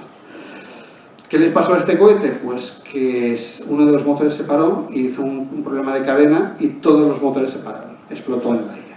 Entonces ahí se quedaron sin cohete de 114 metros, pero bueno, los soviéticos construyeron otro directamente. Vamos a construirlo otra vez, ya sabemos dónde falla, lo hacemos otra vez. Seguían las cosas y el Apolo 9 en el Sentinel, fijaos que son 2-3 meses de diferencia, era absolutamente increíble. A decir que tenían el 4% del Producto Interior Bruto de los Estados Unidos, 23.000 millones de dólares para hacer estas cosas. Hoy en día no los tienen. El Apolo 9 fue clave porque probaron todos los sistemas, los Saturn, la sonda lunar, la sonda de control, todo absolutamente fue testeado y llevado al límite en esta misión. Incluso aquí uno de los astronautas se enfermó, tuvo la gripe y vieron cómo reaccionaba con la gripe, impresionante. Hicieron EVAs, salieron de las escafandas, probaron los trajes, las mochilas de supervivencia, se probó absolutamente todo. Esta misión dio pie a que se siguiera adelante, todo fue perfectamente, nada falló. Bueno, los fallos que tuvieron fueron muy pequeños, se subsanaron tranquilamente, pero no salieron de órbita, se quedaron en la Tierra estos se quedaron por aquí, veis, están acoplándose el módulo de comando al módulo lunar y veis que sale de la Tierra. Esto todo se hizo aquí, en nuestro planeta. Aún no se fueron a la Luna, pero sí fueron el Apolo 10. El Apolo 10 fue el final de todas las pruebas de la NASA. Esta fue el momento en que todo se probó, absolutamente todo, en la Luna. Y hay un señor que era Cernan, que era el piloto de la nave del módulo lunar, que bajó hasta 10 kilómetros y volvió a subir, por cierto, no lo dejaron bajar más. Y desde Robledo de Chabela, desde Madrid, se veían las conversaciones de los astronautas con Houston, y Cernan comentó: bueno, Houston, ya que estamos aquí, vamos a bajar, ¿no? Y esto en un tono completamente neutro: Houston, ¿podemos bajar? Y a Houston le contestaron: Cernan, Eugene, no tienes el combustible suficiente para volver, si bajas no subes. Bueno, pues volvemos. Lo hacían a posta esto, porque sabían que la tentación era demasiado grande. A ver, eres astronauta, te has esperado toda la vida, estás ahí en los mandos, mira la Luna, ahí, quiero bajar, puedo, no pudo. Igualmente Cernan voló con fue a la Luna, voló con los Apolo 18, no 17. En fin, estaba todo casi preparado, los americanos estaban a punto de lanzar la misión definitiva, la Apolo 11, y los rusos, ¡pum!, hacen el segundo intento de lanzamiento del N1, de la mole brutal de 114 metros que iban a lanzar y iba a llevarlos a la Luna. ¿Qué les pasó? Pues aquí tuvieron un problema un pelín más grande, que el cohete, se interrumpió uno de estos cohetes, una de estas toberas se rompió justo en el momento de eyección, a pocos metros de la plataforma de lanzamiento. Hizo un fallo en general, se pararon todos los motores y cayó a plomo con 14.000 toneladas de combustible, destruyendo completamente la plataforma de lanzamiento, matando a 60 personas, ahora lo veréis, y quedándose del día a la mañana sin cohete de 114 metros, sin 60 personas y sin plataforma de lanzamiento en Baikonur. Ahí terminó la carrera lunar soviética, realmente, porque ahí está la explosión. Hay muy pocas imágenes de esto, muy pocas. Los soviéticos siempre lo negaron incluso que tenían carrera espacial, carrera lunar.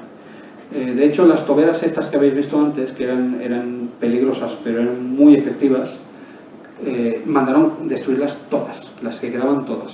Por suerte no lo hicieron, y en los 90, en un hangar perdido de Siberia, encontraron 200 de estas toberas. Las compró la empresa que tenía el cohete Antares y los utilizaban hasta hace pocos días. Era una tecnología brutal, absolutamente brutal, desarrollada por Korolev, por cierto, que murió sin desarrollarlo del todo. Bien, 3 de julio, el programa espacial soviético muere aquí básicamente, y el 20 de julio, hace 50 años, pues tenemos el Apolo 11. Esto ya no hace falta que hable, todo el mundo sabe lo que pasó. Llegaron a la Luna, y sí, llegaron. Los primeros hombres que pisaron la Luna fueron en el Apolo 11, que por cierto, pisaron la Luna con el pie izquierdo. ¿Sabíais eso? ¿Sabéis por qué? Yo también sé por qué. Se hicieron 5 millones de sellos de los Estados Unidos, que tengo aquí, por cierto, eso lo podéis ver, en los que el artista que dibujaba los sellos pintó a un astronauta poniendo el pie izquierdo. Y eso en un momento dado pensó: oye, una cosa, ¿y si ponen el pie derecho, qué pasa? Uy, se puso nervioso, llamó a la empresa, a US Mail, y dijo: tengo que hablar con los astronautas. Y en la mañana, antes de irse, el 16 de julio, tuvo una entrevista en el desayuno con los astronautas, y les dijo el señor: chicos, señor Aldrin, señor Collins, señor Armstrong, me da igual quién sea el primero en pisar la Luna, por favor háganlo con el pie izquierdo. Y les explicó el porqué, y efectivamente lo pisaron con el pie izquierdo. Ahí está la prueba. La bandera, fijaos que la pusieron justo al lado del módulo lunar. Mala idea, porque a la hora de eyección la bandera se cayó, ¡pum! Y después ya supieron que la tenían que poner más lejos. Es un momento histórico, es la primera vez que el hombre puso el pie en la Luna. La señal de la llegada a la Luna fue retransmitida desde Madrid hacia Houston. la gente se volvía azul de no respirar a ver qué pasara, que todo estaba bien. Anécdotas hay muchas. Una antena de ganancia les falló del módulo lunar, entonces cuando estaba emitiendo hacia la Tierra se giraba hacia la nave, cuando emitía para la nave se giraba hacia la Tierra y perdían comunicación. Era un signo negativo positivo que estaba mal escrito en la programación del ordenador. Cuando se dieron cuenta los astronautas, pasaron a manual. Entonces giraba la antena manualmente. Claro, imaginaos dentro de la nave del Apolo 11, sin los micros, sin como ser con Houston, vas, ponlo más para la derecha, que no lo oigo, venga, un poquito, ahí, déjala ahí. Y en todos los momentos de cambios de órbita, era un trabajo de las comunicaciones, no fueron buenas precisamente, por eso hay mil y una aventuras, unas cosas que les pasaron. En fin, todo fue bien, alunizaron 4 días después, estuvieron en cuarentena, por cierto, 3 semanas, porque no sabían qué podían traer de la Luna, después de eso, porque nada. Pero estuvieron en cuarentena y Collins se dejó bigotito mientras tanto. Bueno, después llega el Apolo 12, que funcionó todo perfectamente, mucho más fina, ya sabían los fallos que habían tenido. Por cierto, el Apolo 11 aterrizó a 8 kilómetros de distancia de donde tenían que aterrizar, porque no era una zona digna, había muchas rocas y no podían aterrizar. Ellos aterrizaron justo al lado, aterrizaron al lado de una nave, la Surveyor, que la fueron a ver. La Surveyor era un pequeño robotito que estudiaba la Luna en el tiempo que se estaba desarrollando los Gemini. Y los astronautas, ahora la veréis aquí, esta es la Surveyor, los astronautas, ya que estaban al lado, fijaos ahora donde sale el módulo lunar, aprovecharon para ir a pie hasta la Surveyor y coger las cámaras de televisión de la nave y devolverlas a Tierra. Curioso. Después, cuando las pusieron en marcha aquí en la Tierra, descubrieron una cosa muy rara. Ahora llegaremos. Aquí tenéis los astronautas que están haciendo pruebas. Por cierto, cuando veáis un astronauta caer, la tele aquí no sale, siempre es Schmidt, que es el único astronauta que era científico y se fue a la Luna porque era geólogo y tenía que hacer pruebas geológicas. Fijaos que ahora tiene la bandera más para allá, ¿veis? Entonces, las cámaras de televisión que se llevaron de la Surveyor, misteriosamente, no se sabe exactamente por qué, dentro encontraron, en tierra eso sí, una colonia de bacterias. ¿Sí? Una colonia de bacterias. Que se supone que había salido de Tierra para la Luna y habían sobrevivido tranquilamente. Cosas extrañas. La vida se ve paso, ¿eh? Eso está claro. Es que estoy esperando que salga lo de las bacterias para que las veáis. Es curioso, pero la Surveyor estuvo 7 años en la Luna. 7 años para una colonia de bacterias, pues son muchas generaciones, ¿eh? Pero se ve que se acostumbraron. Se supone que son bacterias que salieron de la Tierra, ¿eh? Desconozco la bacteria que era, ha sido un bacilo, no sé qué. Eso ya no me meto porque no sé de estas cosas. Ahora lo verás. Aquí está la Surveyor, que eran como cochecitos estas zonas. Aquí el señor Conrad cogiendo las cintas y las cámaras de televisión, y este señor está estudiando sorpresivamente, ahí las tenéis, una serie de bacterias que encontraron en la Luna, pero que tenían origen terrestre, evidentemente, sencillamente habían sobrevivido. Llega el Apolo 13, hoy podéis ver la película, lo explicará mejor que yo. Todo falla, absolutamente todo. Les explotó un tanque de helio en el viaje hacia la Luna, casi llegando a la Luna. Helio 3, este es Jim Lovell, este señor está vivo porque era de los mejor preparados de la carrera espacial, un gran astronauta y un gran profesional. Del tanque de helio 3, en la situación crítica absoluta que fue, les explotó a unos 20.000 kilómetros de la Luna, que estaban llegando, entonces no podían dar marcha atrás, apagaron todos los sistemas porque no podían perder energía, no podían perder agua, no podían perder nada, y volvieron hacia la Tierra y ahí volvieron como pudieron. Apuntaron hacia la Tierra, los cálculos se hacían de tierra porque apagaban todos los ordenadores para hacer los cálculos y se los enviaban por radio. Lo único que quedó en marcha fue la radio. Pasaron de una temperatura de unos 10, 12 grados tranquilamente a 10 bajo cero. Entonces tenían frío, les dijeron que no podían beber agua porque tenían poca agua. De pasar a 2 litros diarios pasaron a medio vaso de agua por día. Cuando estás en el espacio sudas mucho, tu cuerpo no se acostumbra, ahí veis el desastre.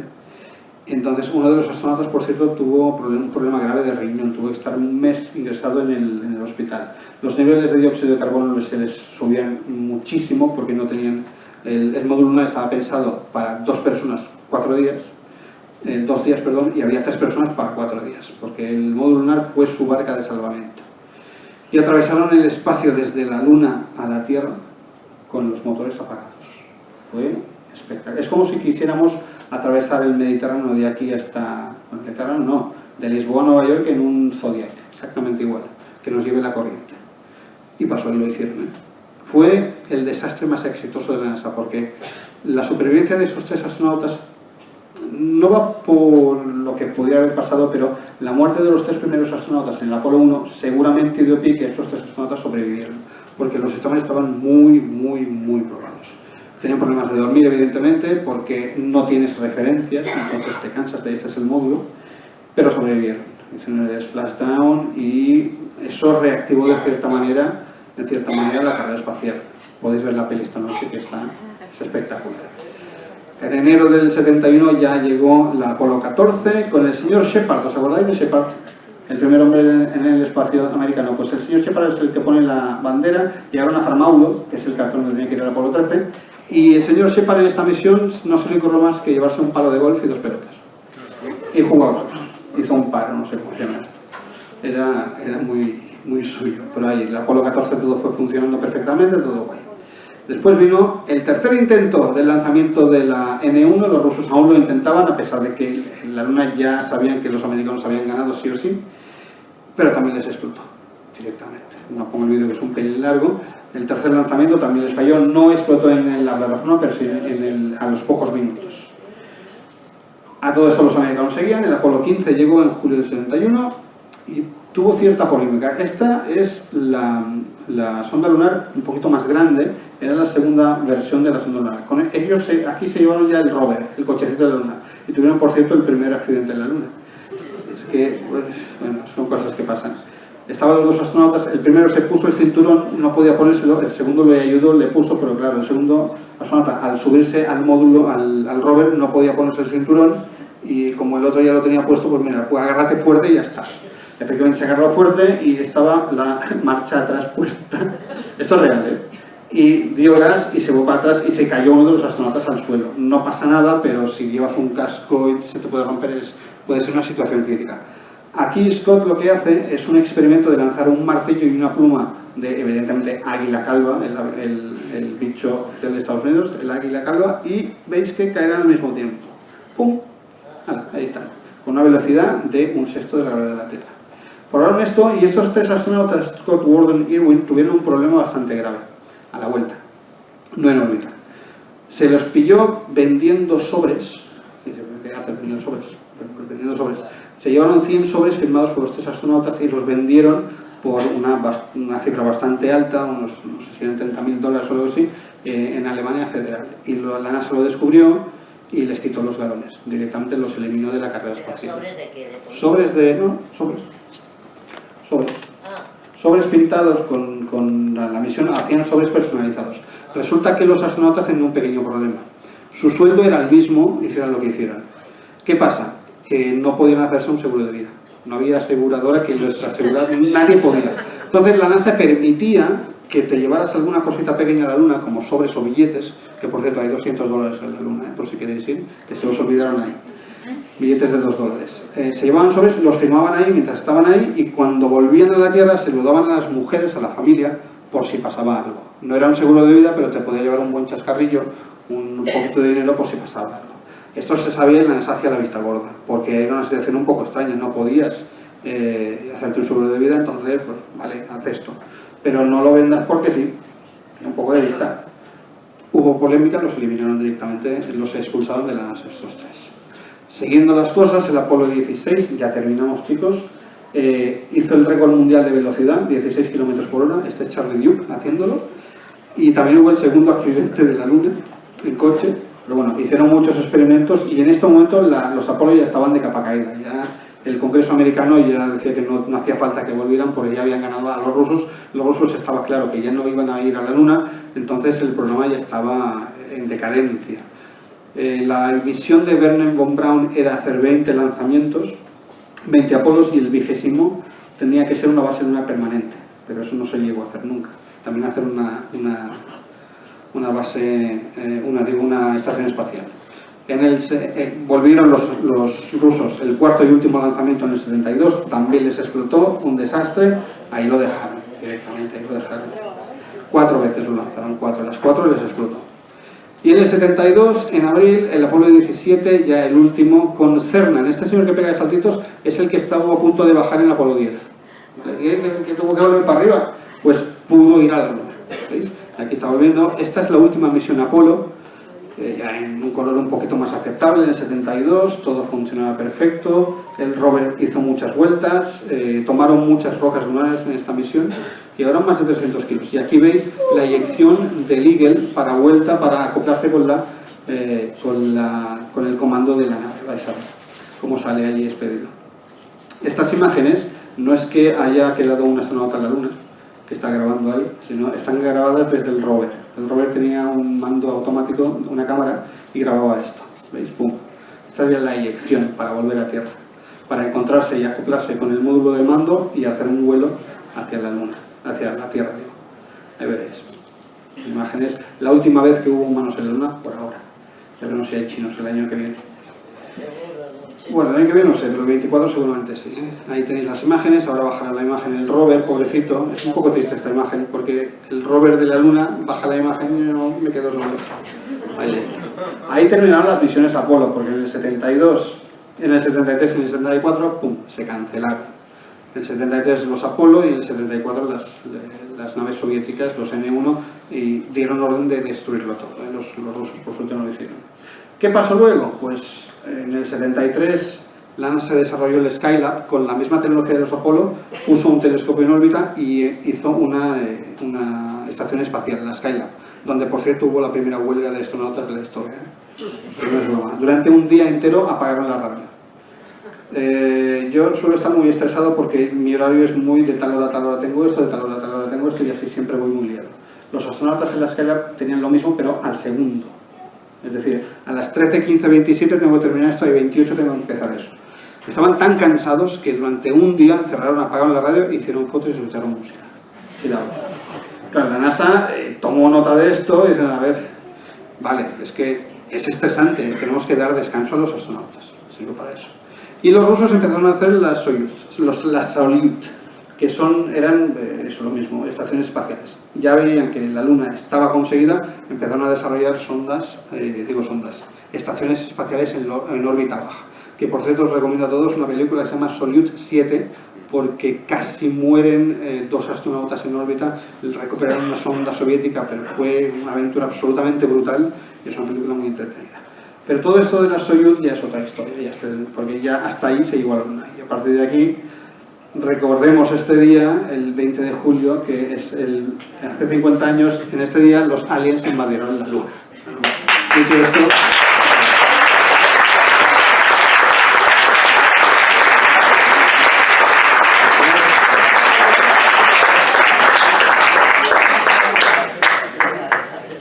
bueno, si alguien tiene alguna pregunta... Uy, ahí hay una, dime. Tengo un par de comentarios que hacerte. Dime. Lo que has dicho.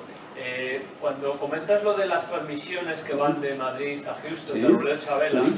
Yo conocí a un ingeniero que estuvo allí en Robledo de Chabela. ¿Se llamaba? Él me contó la misión, ¿no?, del Apolo 11. Él me comentaba que las transmisiones en realidad llegaban encriptadas. O sea, llegaban a Madrid, igual que a Australia, por tres estaciones. A Goldstone, sí. Sí, llegaban encriptadas y él me contaba que llegaban las transmisiones, las encriptaban y las mandaban a Houston. De modo que las comunicaciones, no sé si en el Apolo 10, pero en la 11 desde luego, ellos no podían saber lo que están diciendo los astronautas por una cuestión de seguridad. Pues Carlos González, que fue el director de operaciones de Robledo de Chabela, dijo que no, que las escuchaban, ¿eh? Incluso las codificadas se ponen ahí a escucharlas y las escuchaban. Dice, él estuvo, yo no sé. A mí este hombre me contó esta historia. Eso por un lado, y por otro, no has comentado una anécdota que también es muy entretenida, que seguro que conoces. Has hablado del mensaje este que dieron, que leyeron unos salmos, creo, en la misión de esta orbital. Sí. El 20 de julio, es decir, hace 50 años, el día que tuvieron que esperar hasta desembarcar a la Luna, Aldrin tomó la comunión. Sí, señor. Y tomó vino también. Muy friki, ¿verdad? Y bueno, rezó un Padre Nuestro, era de la iglesia presbiteriana, exacto. Y tuvo permiso de la iglesia presbiteriana para tomar la comunión, una hostia consagrada, y tomar un poco de vino. Exacto, eso fue, que es muy católico, lo hizo. La primera comida de la Luna fue una hostia. Sí, señor. Es verdad. Que la NASA, por cierto, no permitió que se difundiera eso por las presiones de los ateos, digamos, de estadounidenses. La NASA era algo mucho más serio que eso. Entonces, la primera comida de la Luna, que fuera algo religioso, bueno, que también, ya ves que no dijeron nada a la hora de leer un salmo de la Biblia. A ver, estaba más en este juego. Era más presión el hecho de llegar a la Luna y hacerlo bien que las pequeñas cosas que los astronautas llevaban consigo de la misma sociedad en la que vivían. Lo permitían. No decía nada, pero lo permitían. Exactamente. Muy bien, por cierto, esa, ¿eh? Ha salido, por cierto, en el diario esta anécdota. Lo he leído hoy, me parece que en el diario de Ibiza, no estoy seguro. ¿Alguna más? No. Bueno, pues ya, diga. ¿De dónde sale esta historia que el hombre no ha ido a la luna? Me gusta que me hagas esta pregunta. Mira por dónde, no me la he hecho jamás. Mira, te voy a poner un ejemplo que yo suelo utilizar. Imagínate que, espérate que me tienen que grabar aquí. Imagínate que Cristóbal Colón hubiese ido a América una sola vez, ¿de acuerdo? Nada más que una. Hubiese vuelto con indios y con papagayos y con cosas, pero solamente una vez. En 1540, seguramente muchos castellanos pensarían, nah, Colón, este se fue a Canarias, pilló a dos indígenas de por ahí y los trajo, no hay un continente nuevo que me estás contando. Seguro que pasaría eso. ¿De dónde viene? Pues de la gente que no se lo cree. Cada uno puede creer lo que quiera. Ahí no me meto. Pero si crees algo y lo defiendes, defiéndelo con pruebas. Pruebas hay infinitas de que hemos ido. Hay 300 kilos de rocas lunares que tenemos en Tierra y que son diferentes a las que tenemos aquí, por ejemplo. Hay miles de pruebas. Pues claro, podéis decirlas todas. Yo lo que digo es, si alguien me viene con esta afirmación, no hemos ido a la Luna, yo siempre pido, a ver, ¿qué prueba quieres para que tú cambies de opinión? Y un tío me dijo un día, quiero ver las fotos en órbita de las sondas. Bueno, me dije, pum, pum, pum, NASA, bro, aquí tienes, toma. Que no, esto es trucado. Ah, vale, pues ya no tenemos nada más que decir. Si no te lo crees, no te lo crees. Te doy la prueba que me has pedido y no la aceptas. Listo, cosa tuya. A ver, tampoco voy a perder el tiempo con esto. Pero la gente sigue en sus 13, igual que hoy en día hay gente que defiende que la Tierra es plana. ¿Cuándo fue? El 16. El 16 hubo un eclipse de luna. Yo lo vi en directo, como muchos de vosotros aquí. Un corte perfecto, lo proyectamos en una pared, los guías hacían fotos. Y no se veía nada plano, no sé. Una de las pruebas más irrefutables es la del polvo lunar. Acordaos, el martillo y la pluma caían lentamente. Pasa lo mismo cuando pasa el rover por delante de la cámara y levanta polvo. El polvo cae de manera muy lenta. Eso es imposible de imitar en la Tierra, porque la gravedad es superior, entonces cae más rápidamente. Esa es una prueba irrefutable. Que la refutan y dicen, no, es que esto lo han trucado. Bueno, vale, pues que ya puedes presentar pruebas. Que si no te las crees, pues no te las vas a creer. ¿Qué vas a decir? Viene de que la gente quiere pensar que no hemos hecho cosas maravillosas. Y sí hemos hecho cosas maravillosas, entre ellas esta. Ir a la Luna, no una vez, porque muchos de los que dicen no hemos ido a la Luna, dice que solamente hemos ido una vez. Ya habéis visto que hemos ido 8 veces a la Luna, 6 de ellas caminando sobre ella y 2 más orbitándola y volviendo. Si hasta las tortugas en la Luna. Esto puede decirlo, ¿eh? No, los perros no llegan, otros se van orbitando. Pero bueno, ahí está. ¿Alguna pregunta más? Dime.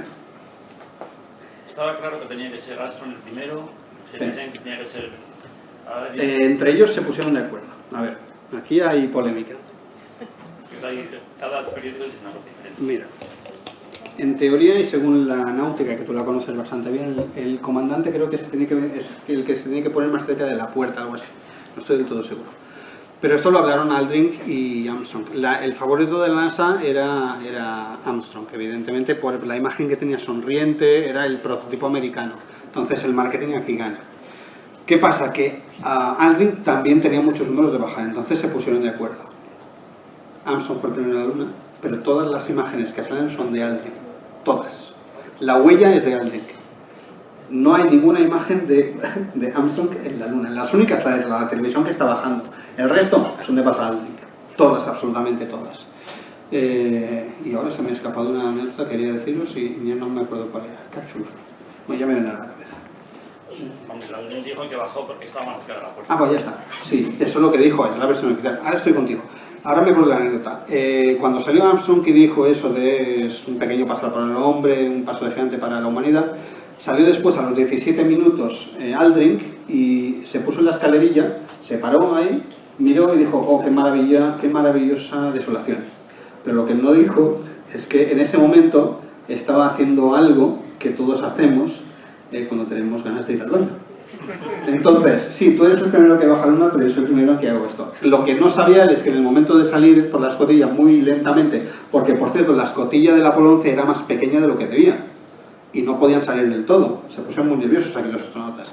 Entonces ahí, al estar mirando la desolación fantástica que tenía delante, estaba haciendo otra cosa. Pero el tubito que iba al depósito se había salido. Entonces notó un cierto calor en el pie derecho. Es lo que hay. Pero lo hizo. Y esto lo dijo Carlos González, que fue el subdirector del Centro de Comunicación de Espacio Profundo de Robledo de Chabrera durante el Apolo 11, en su libro Un salto hacia el abismo, que es muy bueno. Y os lo recomiendo a todos. No tengo nada, no me dan nada a mí, pero lo he leído y es fabuloso. Es un libro digno de leer directamente. Digas.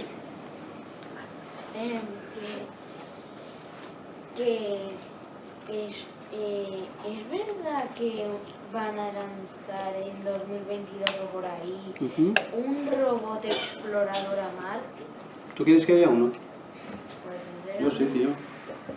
sinceramente sí. En el 2022 tendrán que poner semáforos en Marte, porque la cantidad de cosas que van a enviar el ExoMars, ¿no? ¿El ExoMars era?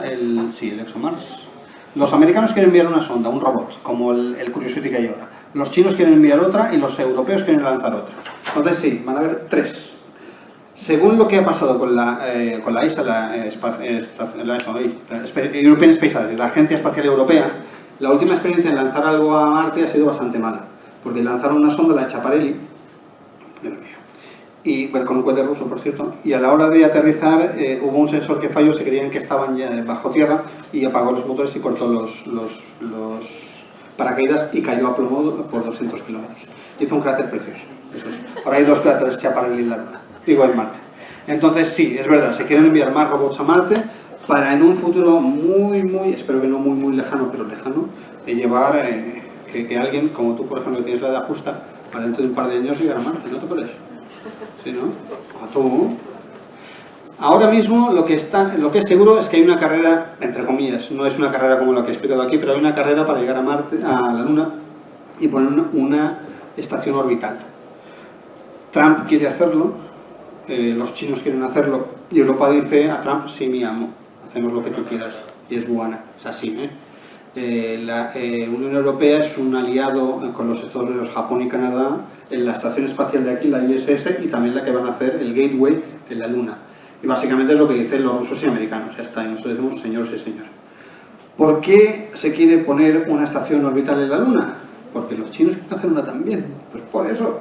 Porque van a deshacer, en 2024 se va a desmontar la Estación Espacial Internacional. Los rusos se llevarán su sección, harán su propia estación orbital, el resto no se sabe qué pasará, seguramente pasará a manos privadas, ahí saldrá Elon Musk y SpaceX seguramente, o Blue Origin, con Jeff Bezos, y los esfuerzos se van a ir a la Luna, en poner una estación orbital en órbita lunar, que en un principio no debía ser una estación lunar para bajar a la Luna, sino para preparar las cosas para ir hacia Marte. Pero parece ser que también va a ser para ir a una superficie lunar. Entonces, no quiero decir 2024 porque los tiempos son muy justos y no hay dinero, pero sí en el 2030-35 seguramente tendremos otra vez astronautas en la Luna. Y esperemos que haya alguno por aquí también. No digo que quiero enviar a alguno de vosotros para allá, no, pero algún chavalín de por aquí tiene la edad justa para empezar a ser astronauta y llegar a la Luna y poner la bandera de Ibiza. Dime. Las misiones soviéticas ¿Sí? en el 1 y en el 2 iban tripuladas. No. Por suerte no. Las ganas de poner un cosmonauta eran altas, pero no, les explotaron las 4 naves, eran naves que tenían que ir tripuladas en un futuro. Tenían previstas lanzar 7. La 5ª ya se canceló directamente, pero tenían que lanzar 7 para las 3 siguientes sí ser tripuladas, pero no llegaron. El proyecto era demasiado grande, los americanos les habían ganado, las presiones dentro del Politburo eran muy grandes y se cancelaron y se quiso tapar, poner tierra de por medio y decir que nunca lo habían intentado porque no valía la pena. Pero lo intentaron, tenían programa lunar, tenían módulo lunar, tenían todo preparado y les falló el cohete, sencillamente, pero ninguna de estas iban tripuladas. Dime. Más allá de la proeza, ¿no?, que ha supuesto, ¿no?, enviar a todos estos astronautas a la Luna, ¿tú crees que una misión tripulada a Marte tiene algún sentido ahora mismo? Quiero decir, primero, si es factible, que yo dudo mucho que pueda ser hoy en día una misión que no sea suicida, ¿no? Yo le mandé al chaval, no volvería, hoy en día, Y segundo, ¿qué sentido tiene? Porque tenía un sentido militar, tenía un sentido propagandístico y tenía un sentido de una guerra fría que se estaba luchando. Ahora mismo, científicamente, ¿qué sentido tiene mandar hombres humanos a la Luna? Todos los astrofísicos que nacieron en los 70 y todos los científicos dicen que se hicieron científicos, perdón, que nacieron en los años 50, dicen que afirmaban que se hicieron científicos por el programa lunar, porque querían colaborar en esa maravillosa experiencia. Los programas espaciales no solamente son una manera guay de gastar dinero público, sino que es un motor que rige las necesidades educativas de un país. Si tú tienes a un señor que cada año, cada día, cada mes rompe una frontera, pone un pie en la luna, es peligroso, tienes que ir para allá, ves una nave, chocas, caes, sobrevives, eso motiva, porque yo quiero hacer eso también. Quiero llegar al límite que viene más allá. Quiero ser partícipe de la aventura del espacio. Eso por una parte. ¿Tiene sentido llevar astronautas a la Luna? Ninguna, cero, absolutamente cero. Porque puedes enviar 50 robos que te darán exactamente el mismo resultado en más tiempo. Si tú coges a un geólogo, con un martillo, en 2 minutos o en 5 minutos te hará lo mismo que la Curiosity en 2 años. Exactamente igual. ¿Qué pasa? Que no hay geógrafos que quieran morir en Marte y por eso no van. Yo siempre soy partidario de las misiones humanas porque son un motor de activación de la sociedad en sí. Porque pueden morir, porque tienen nombre, tienen apellidos, tienen casa, tienen coche, tienen perro. Sabes que están ahí, son parte de su sociedad y tu sociedad llega hasta ahí, entonces tú formas parte de eso. Económicamente es otra cosa. Si nos ponemos el sombrero de ciencia pura, no vale para nada mandar 70 kilos de carne y de agua ni Marte ni a ningún lado. Pero si te pones el sombrero social, eso motiva mucho. Y hoy en día estamos aquí recordando el Apolo 50, el 50 años del Apolo, precisamente por eso, porque marcó una sociedad. Si hubiésemos enviado rovers en los años 60 y 70, no estaríamos aquí celebrando, para nada. De hecho, se enviaban rovers y nadie se acuerda. Si un día tú tienes una foto de que España ha enviado una sonda a Marte, y en la misma foto tienes un chino ha puesto el pie en Marte por primera vez, la portada te aseguro que será el chino, no será la sonda española. Eso es lo que para mí es bueno de los viajes espaciales humanos. Que económicamente y científicamente no son lo mejor, es verdad, pero tienen otras ventajas. El potenciar socialmente, el querer ser científico, el querer ser ingeniero, el querer ir más allá, el sentido de aventura. Eso es algo que yo tengo mucho respeto a las carreras espaciales. Por hacernos una idea comparativa, de ir de la Tierra a la Luna, ¿esa misión tardó cuánto? ¿5 días? 8. 4 y 4. ¿Cuánto tardaría esa misma velocidad en llegar a Marte? Bastante más, entre 3 y 6 meses.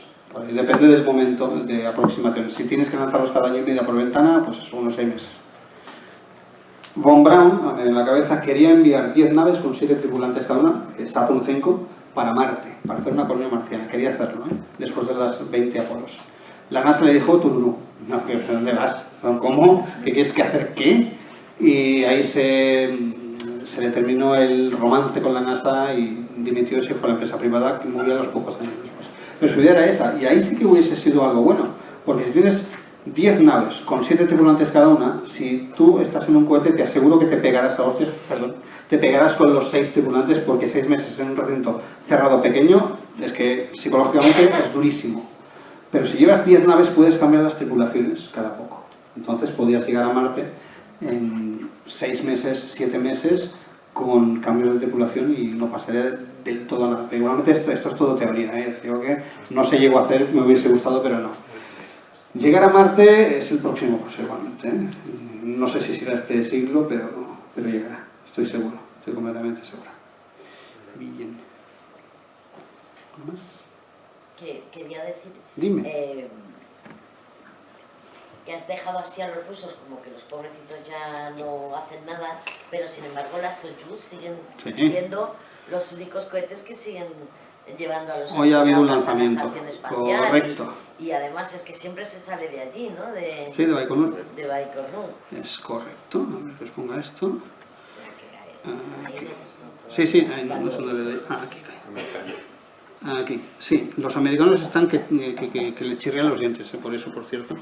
Y encima, desde que explotó la Dragon X, la Dragon Crew hace unos cuantos meses, peor.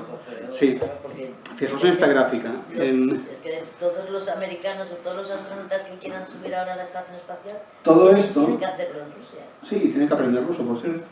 Todo esto es la carrera espacial soviética que continuó en el 75, pero esto sigue, ¿eh? ¿Qué pasa? Que los americanos aquí hicieron el corte, pum, y igualaron a Rusia, hacían lo mismo que ellos.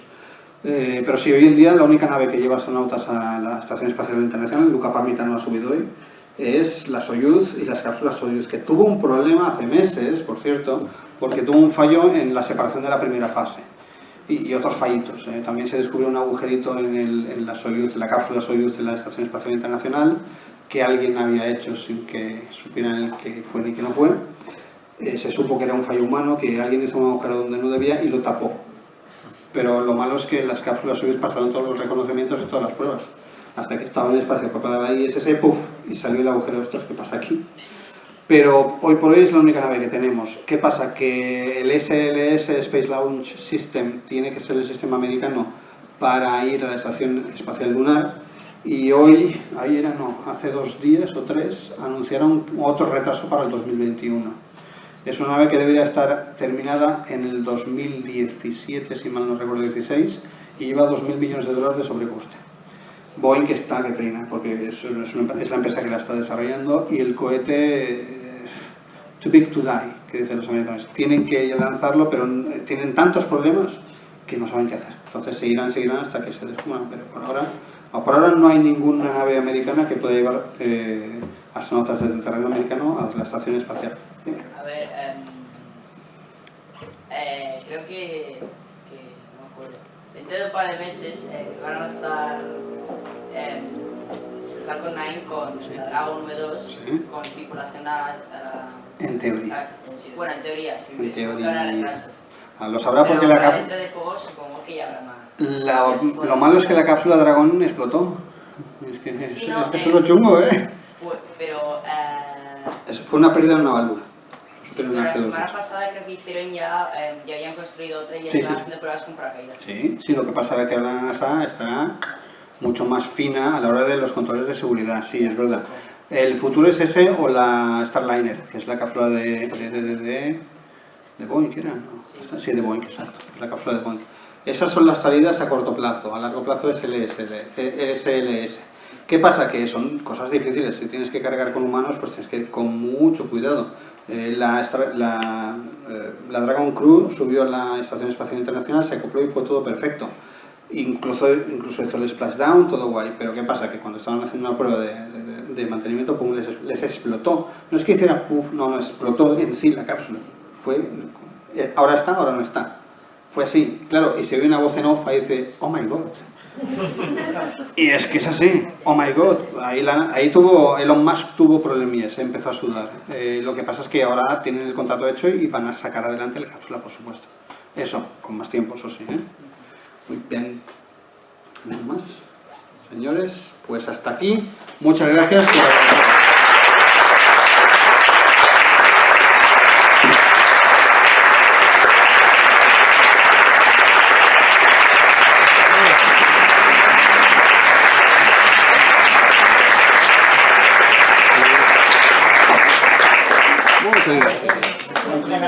¿Cuánto tiene tu cronómetro? 1.13, me he pasado. 1.13. Hay que pagarle más.